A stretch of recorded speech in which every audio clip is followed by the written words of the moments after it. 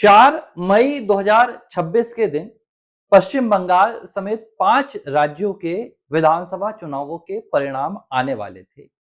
इन परिणामों को लेकर देश की राजनीति में जबरदस्त तरीके से उबाल था, लेकिन ठीक इन परिणामों के एक दिन पहले यानी कि 3 मई की शाम को राहुल गांधी की कुछ तस्वीरें और एक वीडियो वायरल होता है।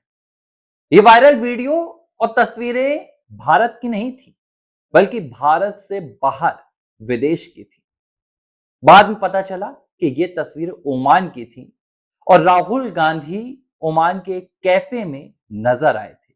उनका ये वीडियो कांग्रेस पार्टी या किसी कांग्रेस समर्थित की तरफ से सामने नहीं आया था, बल्कि ओमान के किसी व्यक्ति ने राहुल गांधी को देखकर ये वीडियो बना लिया था। ना तो राहुल के साथ सुरक्षा थी, ना राहुल के साथ कोई और व्यक्ति। इसके बाद जब राहुल गांधी लौट कर आते हैं, राहुल गांधी निकोबार जो ग्रेट निकोबार प्रोजेक्ट है उसका विरोध करते हैं, कैंपेनिंग करते हैं। और इसके बाद राहुल से जब सवाल पूछा गया, कांग्रेस से जब सवाल पूछा गया कि आपका ओमान का विदेश का दौरा क्यों था, तो किसी ने इस पर कोई जवाब नहीं दिया। मई का महीना बीता और जून आखिरी अभी चल रहा है। अब अचानक खबर आ रही है कि एक बार फिर से राहुल गांधी देश छोड़कर अचानक विदेश चले। कौन से देश गए हैं, किसी भी कांग्रेसी ने ये अब तक नहीं बताया। हाँ, हो सकता है आने वाले 1 से 2 दिन में कहीं अरब से या फिर किसी और दूसरे देश से वहां से तस्वीरें आ जाएं, वीडियोस आ जाएं और पता चल जाए कि राहुल गांधी विदेश में। लेकिन सवाल ये उठ रहा है कि राहुल गांधी गए क्यों हैं। अब आप इस पैटर्न को समझिए। जब भी देश में कुछ बड़ा होने वाला रहता है, जब भी देश में कुछ राजनीतिक उथल पुथल होने वाली रहती है, तभी राहुल गांधी विदेश चले जाते हैं। चुनाव के परिणाम आने वाले थे, ये पता था कि कहां क्या क्या होने वाला है। पश्चिम बंगाल जैसे राज्यों में जहां पर 15 सालों से टीएमसी की सत्ता थी, वहां पर भारतीय जनता पार्टी की सत्ता आने वाली है। असम में आने वाला, केरल का रिजल्ट आने वाला था, लेकिन राहुल गांधी देश में मौजूद नहीं थे। बाद में राहुल गांधी आए। अब देश में मॉनसून सत्र आने वाला है और इस मॉनसून सत्र में संसद की मोदी सरकार बहुत बड़ी प्लानिंग कर रही है। इस मानसून सत्र में एक बार फिर से कई महत्वपूर्ण बिलों को मोदी सरकार लेकर आएगी, विधेयक आएंगे, जिसमें से डिलिमिटेशन का मुद्दा भी है, डिलिमिटेशन का विधेयक भी है, बिल है, साथ ही महिला आरक्षण का बिल भी है। अब ऐसे महत्वपूर्ण संसद के सत्र से पहले राहुल गांधी का विदेश चला जाना अपने आप में बहुत गहरी साजिश और कई ऐसे सवालों को जन्म देता है जिनके जवाब सिर्फ और सिर्फ राहुल गांधी या जांच एजेंसियां दे सकती। लेकिन मैं इस मुद्दे को एक तरफा नहीं बताऊंगा। इस मुद्दे में 2 बातें हैं। एक कि राहुल गांधी का विदेश जाने का यह कोई पहला दौरा नहीं है।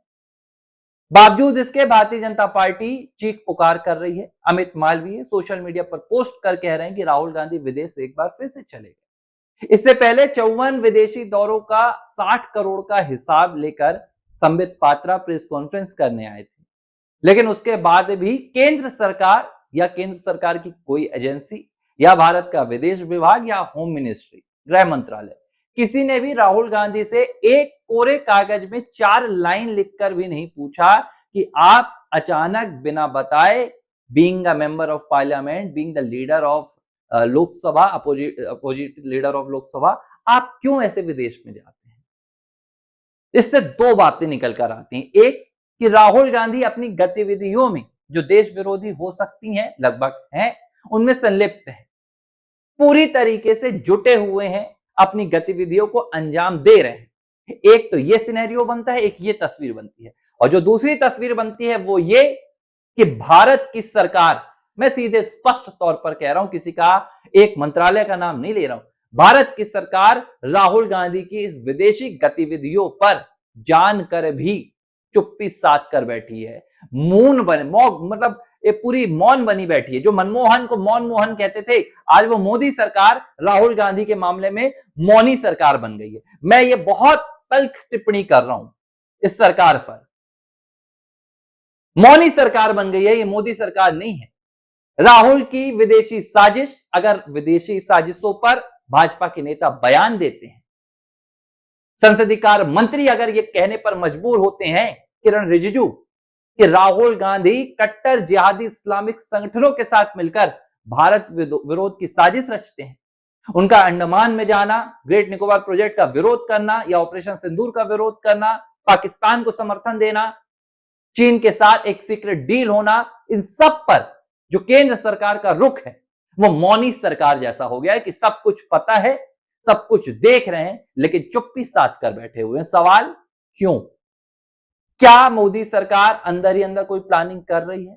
अगर ऐसा है तो फिर बाहर इतना तमाशा नहीं करना चाहिए। और अगर मोदी सरकार सब कुछ जानकर भी अनजान बनी बैठी है तो सवाल उठता है कि जनता की भावनाओं के साथ, जनता के जनमत के साथ खिलवाड़ क्यों? अगर राहुल गांधी के विदेशी दौरों पर किसी भी तरह का सरकार के पास कोई इनपुट नहीं है तो मुझे लगता है कि भारतीय जनता पार्टी को राजनीति बंद कर देनी चाहिए और राहुल गांधी के नाम पर अपनी राजनीतिक रोटियां सेकना बंद कर देना चाहिए, क्योंकि ये पहला दौरा नहीं है।